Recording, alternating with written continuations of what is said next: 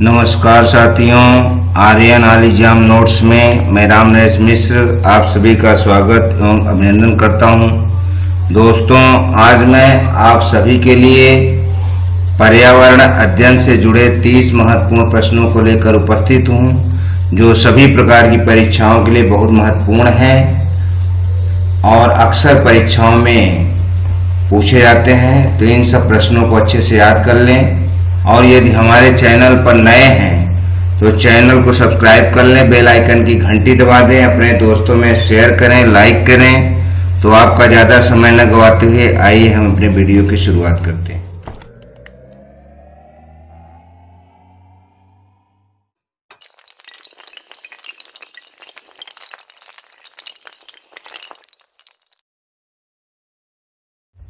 दोस्तों, वर्तमान परिवेश में पर्यावरण अध्ययन बहुत जरूरी है, क्योंकि आज के समय में हमारे इस संसार में विभिन्न प्रकार की बीमारियां फैल रही हैं और पर्यावरण का समुचित ढंग से ज्ञान न होने के कारण हम उसकी सुरक्षा नहीं कर पा रहे हैं। इन्हीं सब बातों को ध्यान में रखते हुए वर्तमान जितनी भी परीक्षाएं होती हैं उनमें पर्यावरण से जुड़े प्रश्न जरूर पूछे जाते हैं। तो आइए हम सब पर्यावरण का अच्छे से अवलोकन कर लें और निकट वर्षों में पूछे गए प्रश्नों को दोहरा लें, जिससे परीक्षाओं में किसी प्रकार की गड़बड़ी न हो। पहला प्रश्न है, पर्यावरण शिक्षा केंद्र कहाँ स्थित है? तो यहाँ दिए गए चारों ऑप्शनों में से हमारा ऑप्शन सी सही है, अहमदाबाद में। पर्यावरण शिक्षा का केंद्र अहमदाबाद में स्थित है, जहां की पर्यावरण से संबंधित शिक्षा दी जाती है। प्रश्न 2, पर्यावरण शिक्षा को एक अध्ययन क्षेत्र बनाने की आवश्यकता है। तो यहाँ दिए गए ऑप्शनों में से ऑप्शन डी सही है, उपरोक्त सभी। पर्यावरण संरक्षण हेतु, पर्यावरण अनुरक्षण हेतु और पर्यावरण के ज्ञान तथा बोध हेतु पर्यावरण शिक्षा को एक अध्ययन क्षेत्र बनाने की आवश्यकता है। प्रश्न 3, पर्यावरण शिक्षा की स्वीकृति तिवारी समिति ने कब की थी? तो यहाँ दिए गए ऑप्शनों में से ऑप्शन बी सही है, 1980 में। पर्यावरण शिक्षा की स्वीकृति तिवारी समिति ने 1980 में दी थी। प्रश्न 4, पर्यावरण शिक्षा का शिक्षण किया जाता है। तो यहाँ दिए गए ऑप्शनों में ऑप्शन डी सही है, उपरोक्त सभी पर। अर्थात पर्यावरण शिक्षा का शिक्षण माध्यमिक स्तर पर, प्राथमिक स्तर पर और उच्च स्तर पर किया जाता है। प्रश्न 5, पर्यावरण शिक्षा को सम्मिलित करते हैं। तो यहाँ दिए गए ऑप्शनों में ऑप्शन डी सही है, उपरोक्त सभी में। पर्यावरण शिक्षा को हम अध्यापक शिक्षा में, प्रौढ़ शिक्षा में, सर्च शिक्षा अभियान में सभी में सम्मिलित करते हैं। प्रश्न 6, पर्यावरण शिक्षा में सहभागिता होती है। तो यहाँ दिया गया ऑप्शन डी सही है, उपरोक्त सभी की। अर्थात पर्यावरण शिक्षा में सहभागिता सामाजिक विषयों की, वैज्ञानिक विषयों की और भाषा एवं साहित्य सभी की होती है। प्रश्न 7, शाकाहारी जीवों को खाने वाले कौन से पोषी स्तर में आते हैं?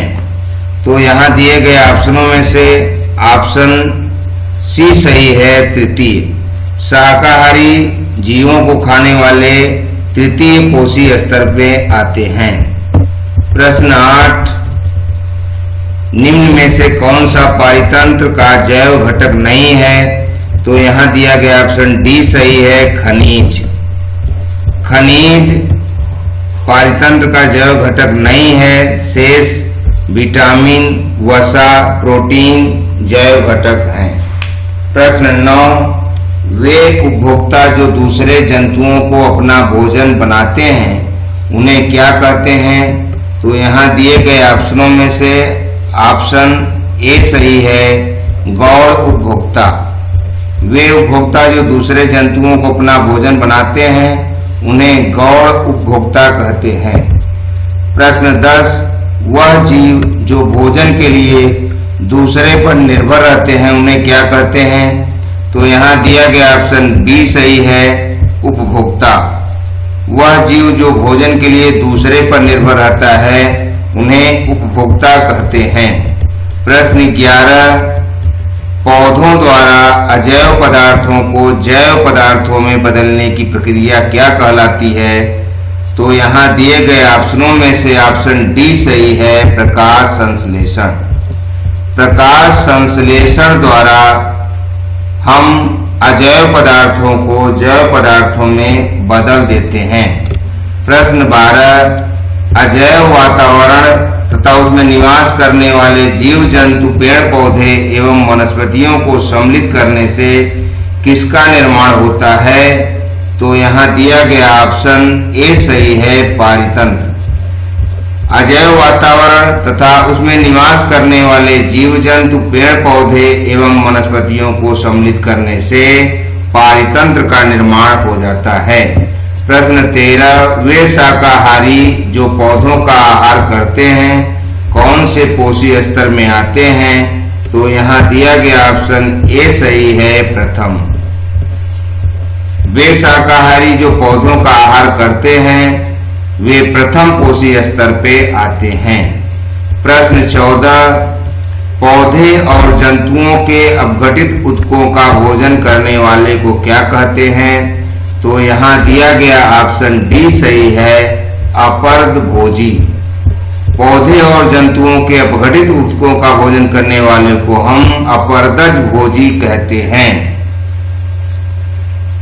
प्रश्न 15, भौतिक पर्यावरण से अपना भोजन स्वयं बनाने वाले जीव क्या कहलाते हैं? तो यहाँ दिया गया ऑप्शन डी सही है, उत्पादक। भौतिक पर्यावरण से अपना भोजन स्वयं बनाने वाले जीव को हम उत्पादक कहते हैं। प्रश्न 16, पारितंत्र का अजैव घटक कौन सा है? तो यहाँ दिए गए ऑप्शनों में ऑप्शन ए सही है, रासायनिक पदार्थ। पारितंत्र का अजैव घटक रासायनिक पदार्थ है। प्रश्न 17, 1 किलोग्राम मांस पैदा करने के लिए कितने अनाज की आवश्यकता होती है? तो यहाँ दिया गया ऑप्शन बी सही है, 6 किलोग्राम। 1 किलोग्राम मांस पैदा करने के लिए हमें 6 किलोग्राम अनाज की आवश्यकता होती है। प्रश्न 18, ध्वनि की सामान्य मापन इकाई क्या है? तो यहाँ दिया गया ऑप्शन ए सही है, डेसिबल। ध्वनि की सामान्य मापन इकाई डेसिबल है। प्रश्न 19, दूषित जल में पाया जाने वाला आर्सेनिक किस रोग का कारण बनता है? तो यहाँ दिया गया ऑप्शन ए सही है, कैंसर। दूषित जल में पाए जाने वाले आर्सेनिक कैंसर रोग का कारण बनता है। प्रश्न 20, पोलियो नामक रोग फैलता है? तो यहाँ दिए गए ऑप्शन में हमारा ऑप्शन बी सही है, विषाणु द्वारा।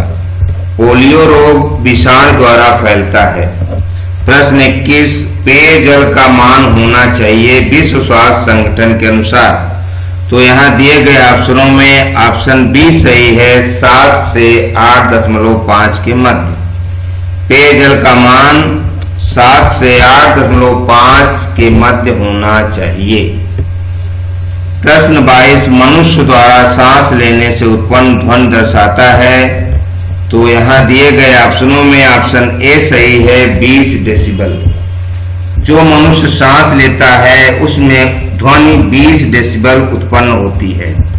प्रश्न 23, जल प्रदूषण निवारण तथा नियंत्रण अधिनियम कब बनाया गया था? तो यहाँ दिया गया ऑप्शन बी सही है, 1974 में। दोस्तों, यहाँ प्रश्न बहुत ही सरल हैं, किंतु अक्सर परीक्षाओं में हम भूल जाते हैं, तो इन प्रश्नों को जरूर अच्छे से दोहरा लें। ये प्रश्न बार बार परीक्षाओं में पूछे गए हैं और बच्चों द्वारा अक्सर गलतियां की गई हैं। हमें आशा है कि आप प्रश्नों को अच्छे से दोहरा लेंगे और गलतियां नहीं करेंगे। प्रश्न 24, बृहद सोलर ऊर्जा का कारण क्या है? तो यहाँ दिया गया ऑप्शन बी सही है, संगलन अपक्रिया। बृहद सोलर ऊर्जा का कारण संगलन अपक्रिया है, जिसे फ्यूजन रिएक्शन भी कहते हैं। प्रश्न 25, बायोगैस एक स्रोत है? तो यहाँ दिया गया ऑप्शन सी सही है, वैकल्पिक ऊर्जा स्रोत। बायोगैस एक वैकल्पिक ऊर्जा स्रोत है। प्रश्न 26, अपुनर्नवीनीकरण ऊर्जा स्रोत है, तो यहाँ दिया गया ऑप्शन सी सही है, उपर्युक्त दोनों। पेट्रोलियम और कोयला एक ऐसे ऊर्जा के स्रोत हैं जिनका पुनर्नवीनीकरण नहीं किया जा सकता, अतः उन्हें बहुत सोच समझ के हमें खर्च करना चाहिए। प्रश्न 27, अब मुख्य ऊर्जा स्रोत है, तो यहाँ दिया गया ऑप्शन ए सही है, विद्युत। वर्तमान समय में मुख्य ऊर्जा स्रोत विद्युत ही है।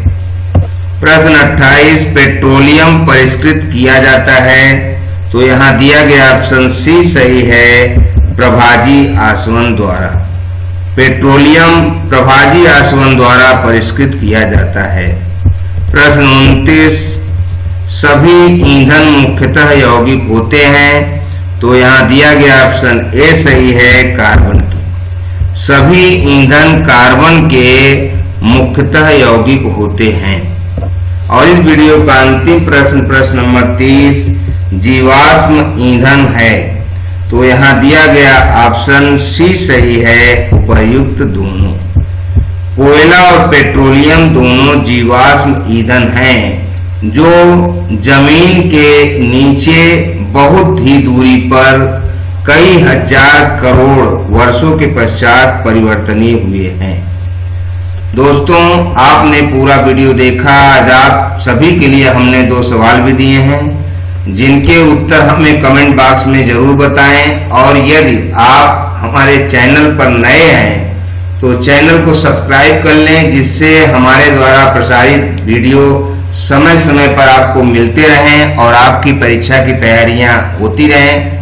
दोस्तों, पर्यावरण अध्ययन भारत की विभिन्न परीक्षाओं में इससे जुड़े प्रश्न पूछे जाते हैं, तो इन सभी प्रश्नों को आप दोहरा लें, जिससे आपकी परीक्षा प्रभावित न हो। आज का पहला प्रश्न है, बृहद सोलर ऊर्जा का कारण क्या है? और प्रश्न 2, पर्यावरण शिक्षा केंद्र कहाँ स्थित है? इन दोनों प्रश्नों के उत्तर इसी वीडियो में हैं। इन्हें अच्छे से देख के हमें कमेंट बॉक्स में जरूर बताएं। और आप अपनी पढ़ाई निश्चित रूप से करते रहें। जीवन में सफलता जरूर मिलेगी। लगन और परिश्रम से कार्य करते रहें। शीघ्र ही हम आप सभी के लिए एक नए वीडियो के साथ उपस्थित होंगे। शुक्रिया, थैंक यू, धन्यवाद।